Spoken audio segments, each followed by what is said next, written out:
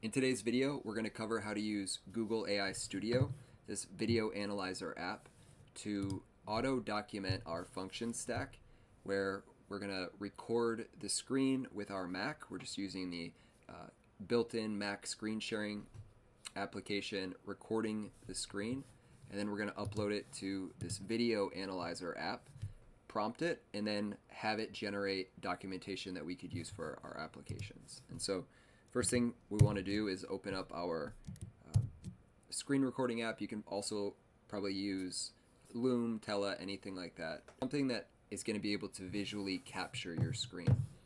I'm just recording this window here, and then it's capturing all of this. So this isn't capturing audio on that side, but it's probably better to use audio if you can. But for the sake of this video, this is just going to be using the screen share. So it can see our inputs. We're currently recording. Let me see. Or no, we're not. So I'm going to hit record now. So we're now recording with our Mac. It can see whether it's authenticated. It can see the inputs. There's the code, redirect URI, so there's two text inputs. And then scrolling down into the function stack, I'm just going to click into each step here. And let's see if I can.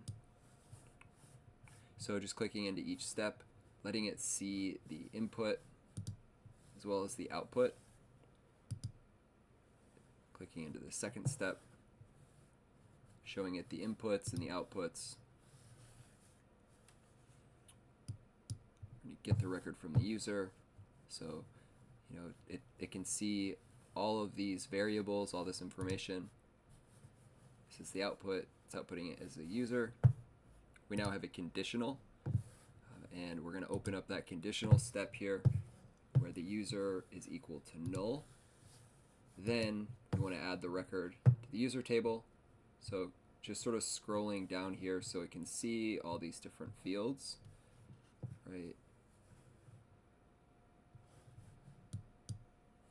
And then the output as well. And then finally, you're creating that auth token. And then we have our response, returning the token, the name, and the email. So if we close that up, just sort of show the screen again. Each one of these was a different step.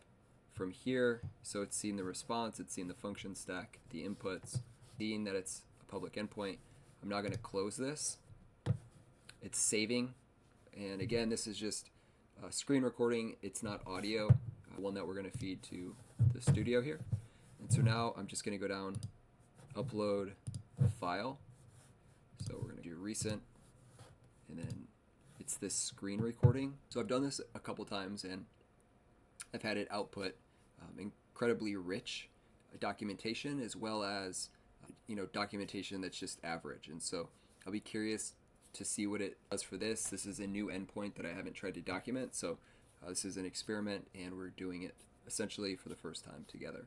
And I definitely recommend shorter videos. I'm not sure how big of a file you can actually upload, but shorter is going to be better. But just go try it for yourself. This is maybe my fourth time prompting it like this, so I'm learning as I go. But so far, all the videos that I've uploaded, they've all been, I would say quick, but they've all worked so far. So we're going to click down into custom prompt here, and then I'm just going to say, I want you to create documentation for each step of this endpoint to have the inputs, function, stack, and response all client ready documented. And I'm going to copy this in case I have to paste it again, but we're going to generate.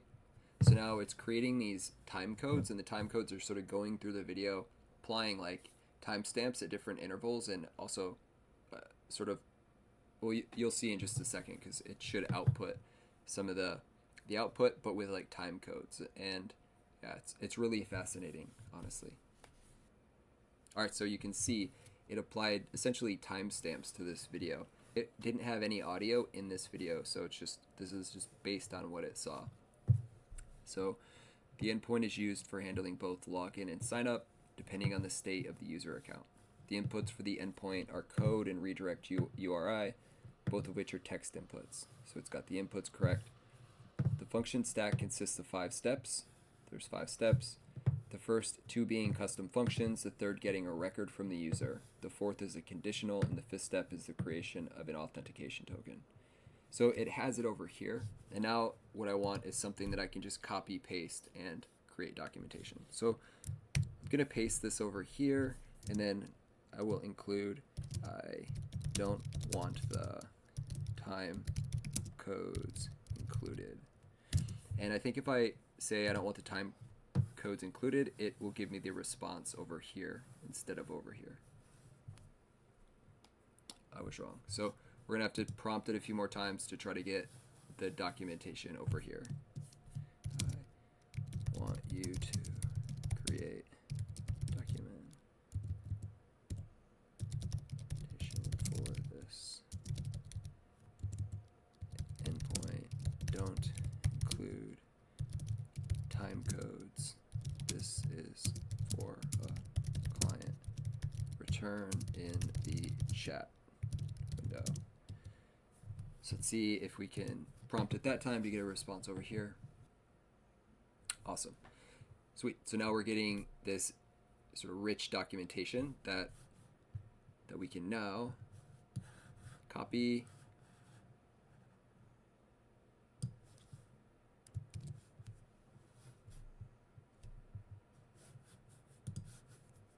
so paste that in. Say give me the endpoint name. Let's see if it gives us the endpoint name. Should give us OAuth Google Continue. Amazing. So it was able to get us the endpoint name, which we can put here. So we now have our endpoint.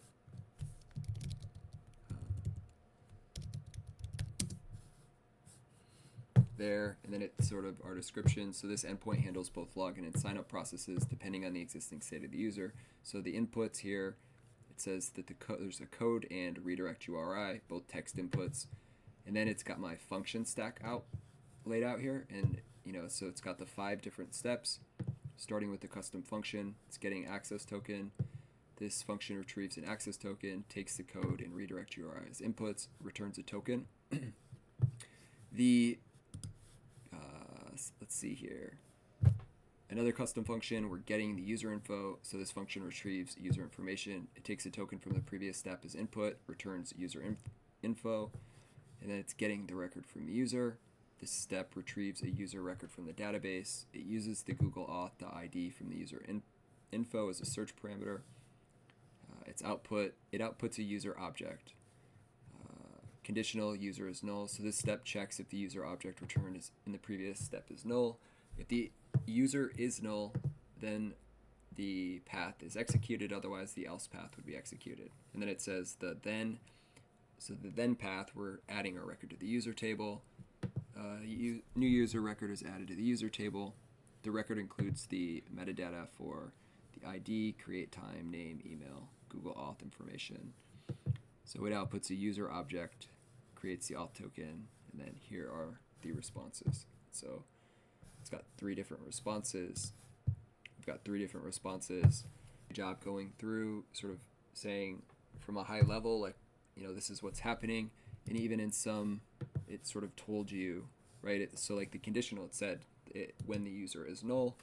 Yeah, I think this did an awesome job. And then also, right, just to test, we could say, is this endpoint currently authenticated or is it unlocked?